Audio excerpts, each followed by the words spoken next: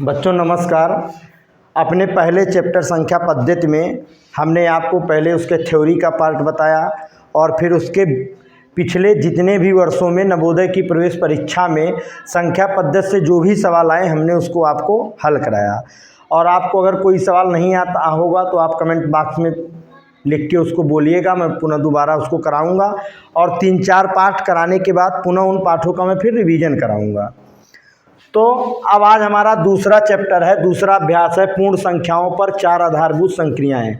जैसा कि आप जानते हैं वो चार आधारभूत संक्रियाएं कौन सी हैं? जोड़, घटा, गुणा और भाग। जोड़,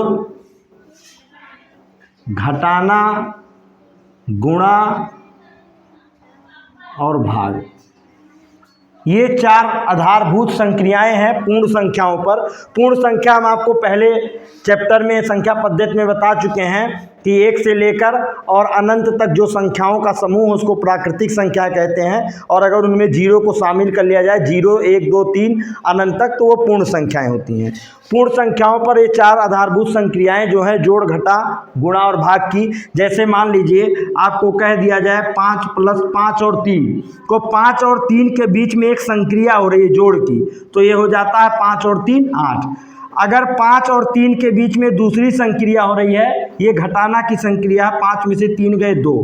अगर 5 और 3 के बीच में संक्रिया गुणा हो रही है तो 5 × 15। और इसी तरह से 5 और 5 के बीच में एक संक्रिया हो रही है भाग, तो 5 में 5 का भाग देंगे, 5 × 1 = 5। इस तरह से 4 आधारभूत संक्रियाएं जो हैं पूर्ण संख्याओं पर, इनके बारे में आपको बताया जाएगा। बच्चों आपको बताएंगे हम विभाज्यता का नियम। विभाज्यता का नियम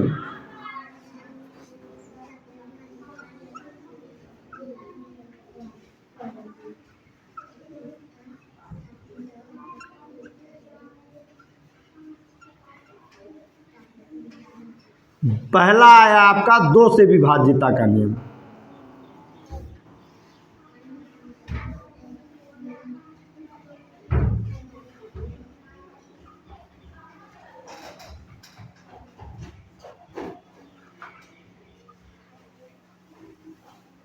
देखिए बच्चों, कितनी भी बड़ी संख्या दी गई है, आप उसको कैसे चेक करेंगे कि वो संख्या 2 से भाग देने पर पूरी पूरी विभाजित है कि नहीं। जैसे मान लीजिए एक संख्या आपको हम दे देते हैं,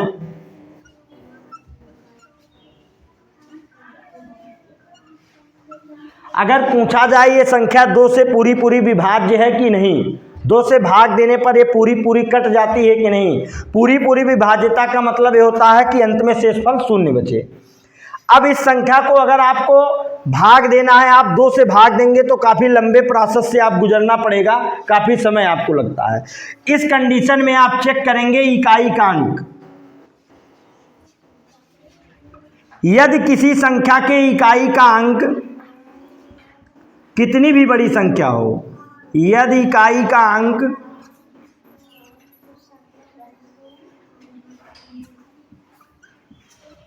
जीरो, 2, 4, 6, 8 इनमें से कुछ भी है तो वो संख्या 2 से पूरी पूरी विभाजित होगी। आपको भाग देने की जरूरत नहीं है, आप केवल इकाई के अंक को देखकर और बता सकते हैं कि वो संख्या 2 से पूरी पूरी विभाजित है कि नहीं। इस तरह से हम ये संख्या लिए हैं, देखते हैं इकाई का अंक 0 है, तो अब इकाई का अंक 0 है तो 2 से ये संख्या पूरी पूरी विभाजित होगी। मतलब 2 से विभाज्यता का नियम है, यदि इकाई का अंक 0, 2, 4, 6, 8 इनमें से कोई भी हो तो वो संख्या 2 से पूरी पूरी विभाजित होगी। जैसे हम एक संख्या आपको ले लेते हैं, पूछते हैं ये संख्या 2 से पूरी पूरी विभाजित है कि नहीं, तो आप देखते हैं इकाई का अंक 0, 2, 4, 6, 8 के अलावा दूसरा कोई अंक है, इसलिए ये संख्या 2 से पूरी पूरी विभाजित नहीं होगी। इस तरह से किसी भी संख्या को चेक करने के लिए उसकी 2 से विभाज्यता, आप केवल इकाई के स्थान को चेक करेंगे। इकाई के स्थान पे 0, 2, 4, 6, 8 इनमें से कोई भी अंक है तो वो संख्या निश्चित रूप से 2 से विभाजित होगी।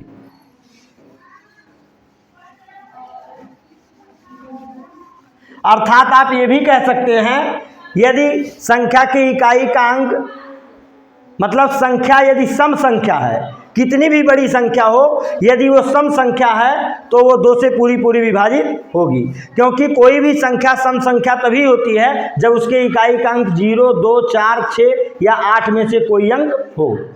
अब हम आपको बताएंगे 3 से विभाज्यता का नियम। यदि संख्या के अंकों का योग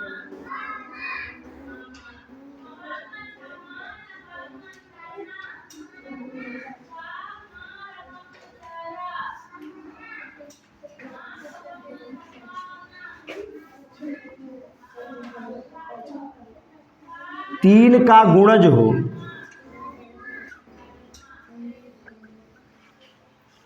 यदि संख्या के अंकों का योग 3 का गुणज हो, मतलब 3 के पहाड़े में आता हो, 3 का 3, 3 दूनी 6, 3 तिया 9, 3 चौक 12, 3 पचे 15, 3 छक 18, गुणज का मतलब उसके पहाड़े में आता हो। तो यदि संख्या के अंकों का योग 3 का गुणज हो या 3 से भाग देने पर पूरा पूरा कट जाए, या 3 से भाग देने पर पूरा पूरा कट जाए,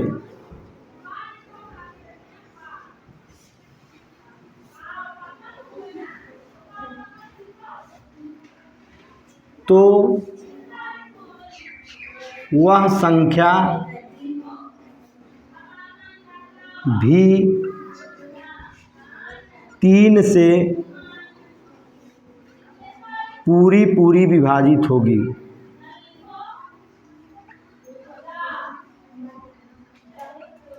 तो वह संख्या भी 3 से पूरी पूरी विभाजित होगी। अब हम आपको उदाहरणों द्वारा बताएंगे। जैसे मान लीजिए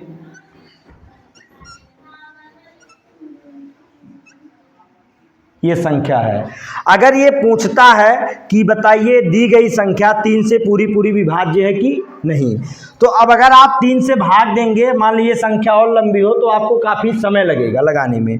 इसके लिए आप अंकों का योग मतलब 3 और 5 जोड़ेंगे, 3 + 5 + 2 + 4 + 6 + 1, सभी अंकों को आप जोड़ लेंगे। 5 और 3 8, 8 और 2 10, 10 4 14, 14 6 20 और 1 21, यानी अंकों का योग 21 आ गया। अब आप देखेंगे ये 3 का गुणज है कि नहीं, 3 के पहाड़े में आता है कि नहीं, तो 3 का 3, 3 दूनी 6, 3 तिया 9, 3 चौक 12, 3 पचे 15, 3 छक 18, 3 सते 21, 3 का गुणज है। या आप इसको भाग करके 3 से देख लेंगे कि पूरा 3 सत्ते 21, पूरा पूरा कट जाता है। तो इस तरह ये दी गई संख्या भी 3 से पूरी पूरी विभाजित होगी। यदि इसके अंकों का योग 3 से पूरी पूरी तरह विभाजित होता है तो दी गई संख्या भी 3 से पूरी पूरी विभाजित होगी।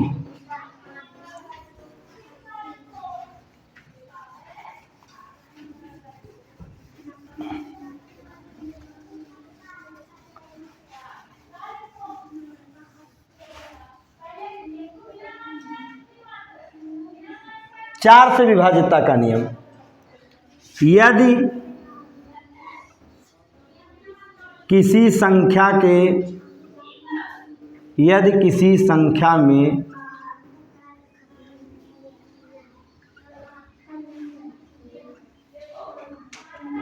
इकाई और दहाई का अंक 0 हो,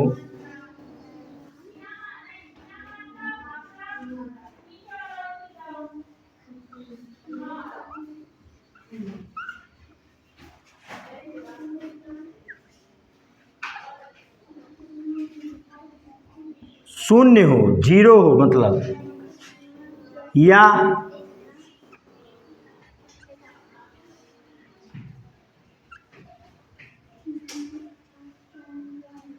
इकाई तथा दहाई का अंक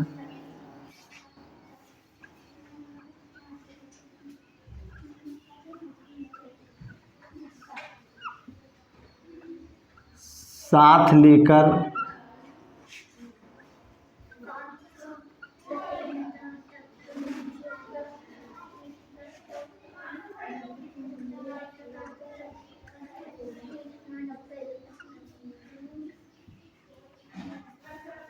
4 से भाग देने पर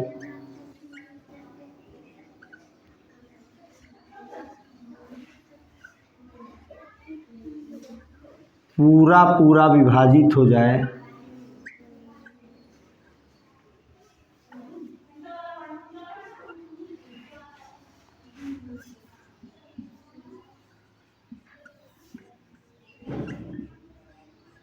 तो दी गई संख्या भी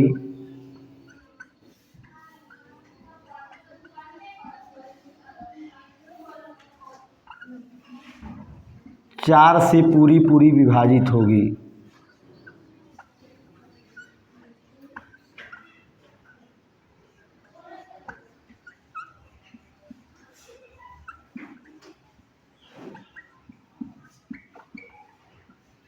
अब हम आपको एक संख्या लेते हैं।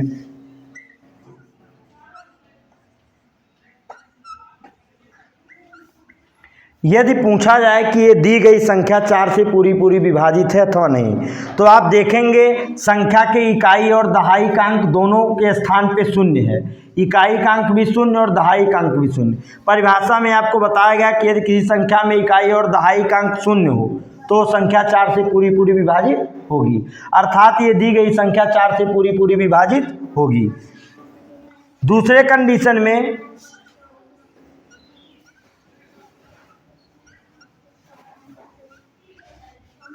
अगर इकाई और दहाई के अंक पे शून्य ना होकर कोई अंक दिया हो, इस कंडीशन में आप इकाई और दहाई का अंक ले लेंगे।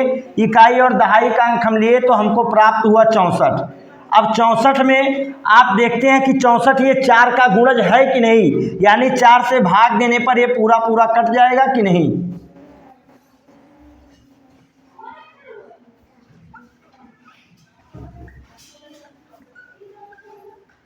कट गया, अर्थात दी गई संख्या 4 से पूरी पूरी विभाजित होगी।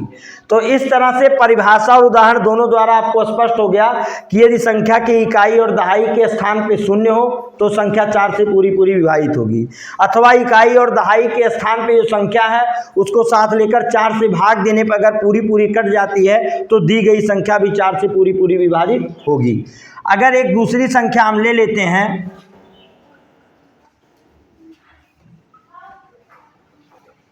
अगर ये पूछता है दी गई संख्या 4 से पूरी पूरी विभाजित है कि नहीं, तो हम देखते हैं कि इकाई और दहाई के स्थान पे शून्य तो है नहीं, तो हम इकाई और दहाई वाला अंक ले लेंगे 97। इसमें 4 से भाग देंगे, 4 दूनी 8, 1 बच गया, 7 पाल लिए हम, 4 चौक 16। मतलब इसमें इकाई और दहाई के अंकों को लेकर 4 से भाग देने पर संख्या पूरी पूरी नहीं कटती है, इसलिए दी गई संख्या भी 4 से पूरी पूरी विभाजित नहीं होगी। तो ये था बच्चों 4 से विभाज्यता का नियम।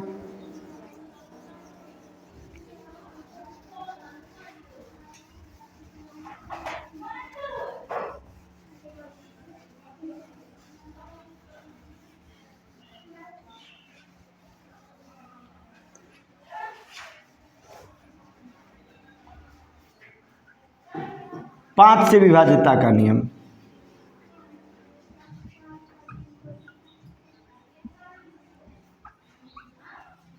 यदि किसी संख्या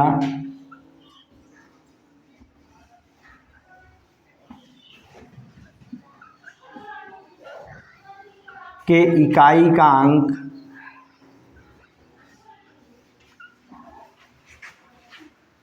शून्य या 5 हो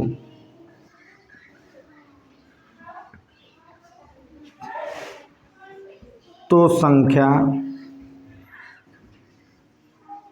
5 से पूरी पूरी विभाजित होगी।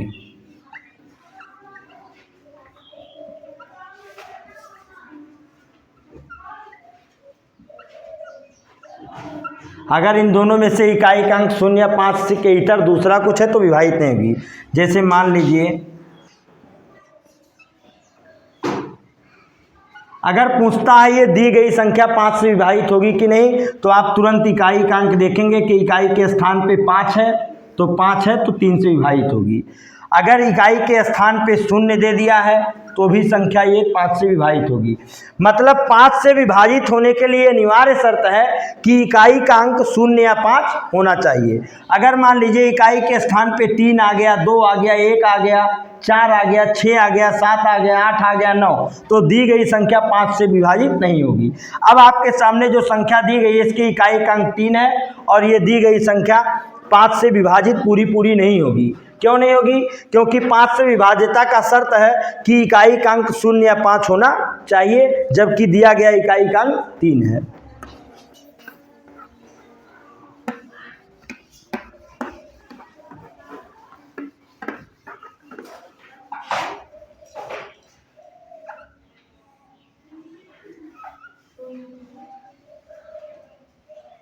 छः से विभाज्यता का नियम। 6 से विभाज्यता का नियम, कोई संख्या 6 से विभाज्य होगी तभी जब 2 और 3 वो दोनों से अलग अलग विभाज्य होगी। जैसे मान लीजिए कि आपको दे दिया गया एक संख्या, अगर पूछता है कि ये 6 से विभाजित होगी कि नहीं, तो आप इसको चेक करेंगे कि ये संख्या 2 से विभाजित होगी कि नहीं। 2 से विभाज्यता के नियम में हमने आपको बताया था कि अगर किसी संख्या की इकाई का अंक 0, 2, 4, 6, 8 इनमें से कोई भी है तो वो संख्या 2 से पूरी विभाजित होगी। तो उन 2 के विभाज्यता के नियम के अनुसार ये संख्या 2 से पूरी विभाजित है। 3 वाला विभाज्यता का हमने नियम आपको बताया था कि सभी अंकों का आप योग करेंगे, तो 5, 4, 9, 9, 6, 15, 15, 5, 20 और 4, 24, अर्थात जोड़ने पे सभी संख्याओं का जब हमने योग किया तो 24 आया। ये 3 का गुणज है, यानी 3 से भाग देने पर ये पूरा करता है। तो ये दी गई संख्या 2 से भी कट गई और 3 से भी, तो जो संख्या 2 और 3 से पूरी विभाजित होती है वो 6 से भी पूरी विभाजित होगी। तो 6 से विभाज्यता का नियम आपको चेक करने के लिए 2 और 3 का विभाज्यता का नियम चेक करना होगा। अगर दी गई संख्या 2 से भी विभाजित है और 3 से भी विभाजित है तो वो 6 से अवश्य विभाजित होगी। एक दूसरी संख्या हम देखते हैं आपको,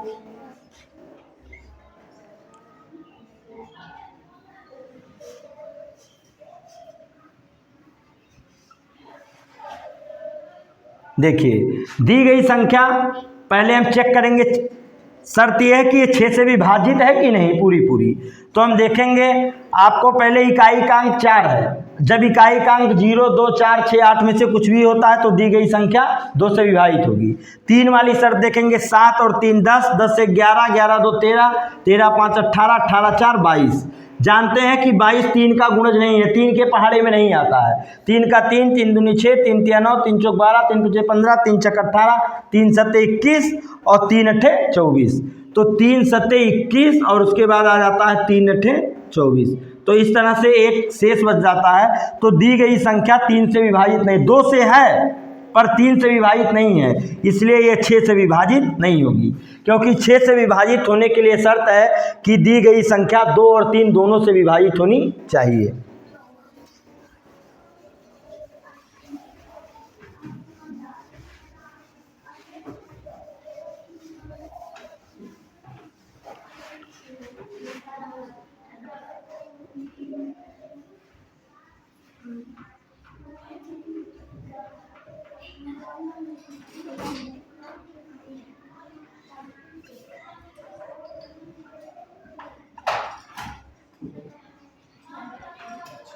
सात से विभाज्यता का नियम, ध्यान दीजिएगा बच्चों, 7 से विभाज्यता का नियम।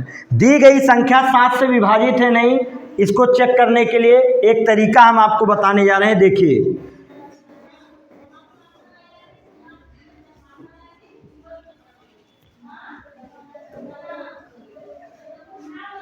आपसे पूछता है कि बताइए दी गई संख्या ये 7 से विभाजित है कि नहीं। अगर आप इसको 7 से चेक करके देखेंगे, संख्या और बड़ी दी गई है, तो आपको काफ़ी समय लगेगा। इसके लिए नियम ये है कि जो इसका इकाई का अंक है उसमें आप 2 का गुणा कीजिए। इसके इकाई का अंक कितना है? 2, 9। दी गई संख्या जो है 4,25,649, इसके इकाई का अंक 9। जो भी इकाई का अंक होगा उसमें आप 2 से गुणा करेंगे। 9 में हमने 2 से गुणा किया, कितना आ गया? 18। अब जो आता है गुणा का इकाई के अंक में 2 से गुणा करने पर जो भी संख्या आती है उसको शेष बची संख्या से में आप घटा देंगे। 18 को इसमें से आप घटा देंगे। घटाने के बाद आप यहाँ सांसी लेंगे 6। पुनः आप वही क्रिया, फिर इकाई के अंक में आप 2 से गुणा करेंगे और उसके बाद जो बचता है उसमें से आप वो घटा देंगे गुणनफल को।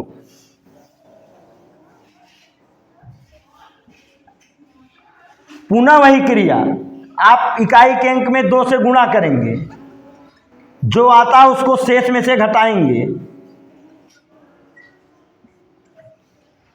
पुनः वही क्रिया, आप इकाई के अंक में 2 से गुणा करेंगे, जो आता है उसको शेष में से घटाएंगे।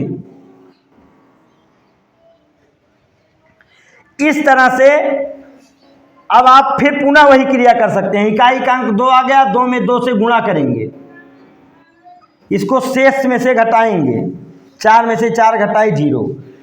अगर इस प्रक्रिया के दौरान लास्ट में घटाने पे 0 बच जाता है तो दी गई संख्या 7 से पूरी पूरी विभाजित होगी।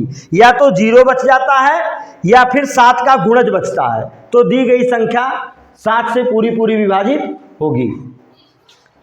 एक और उदाहरण बताएंगे बच्चों आपको 7 वाला।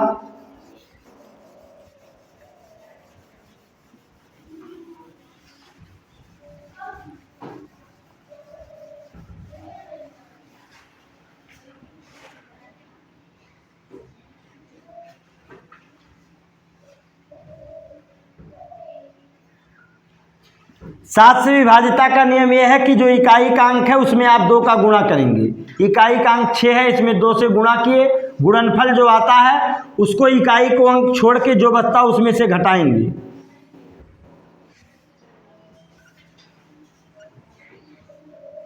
पुनः वही क्रिया, पुनः इकाई के अंक में 2 से गुणा करेंगे, जो आता है उसको शेष बचे अंक को संख्या में से घटाएंगे।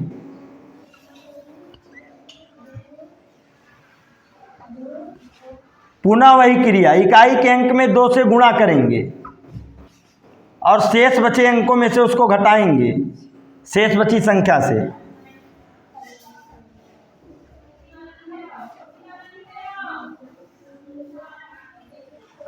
पुनः वही क्रिया, इकाई के अंक में 2 से गुणा करेंगे, जो शेष बची संख्या उसके बाद उसमें से घटाएंगे।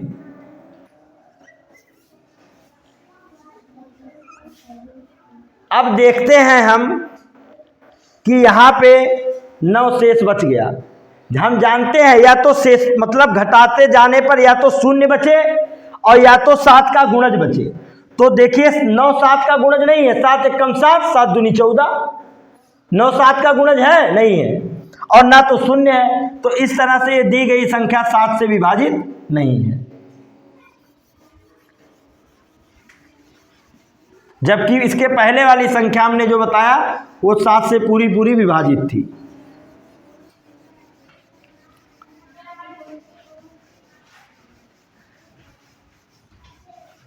बच्चों हमने आपको 7 तक का विभाज्यता का नियम बताया और शेष विभाज्यता के नियम हम आपको मिलेंगे अगले वीडियो में। आप लोग हमारे चैनल हिंदी मीडियम एग्जाम गुरुजी को लाइक और सब्सक्राइब करते रहिए। निश्चित तौर से आप नवोदय की प्रवेश परीक्षा में अगर मेरा पूरा वीडियो आप देखते हैं, एग्ज़ाम देने तक जितना भी वीडियो मैं बनाता हूं आप देखेंगे, 100% गारंटी के साथ आप एग्ज़ाम में पास करेंगे और नवोदय में आपका एडमिशन होगा। बहुत बहुत धन्यवाद।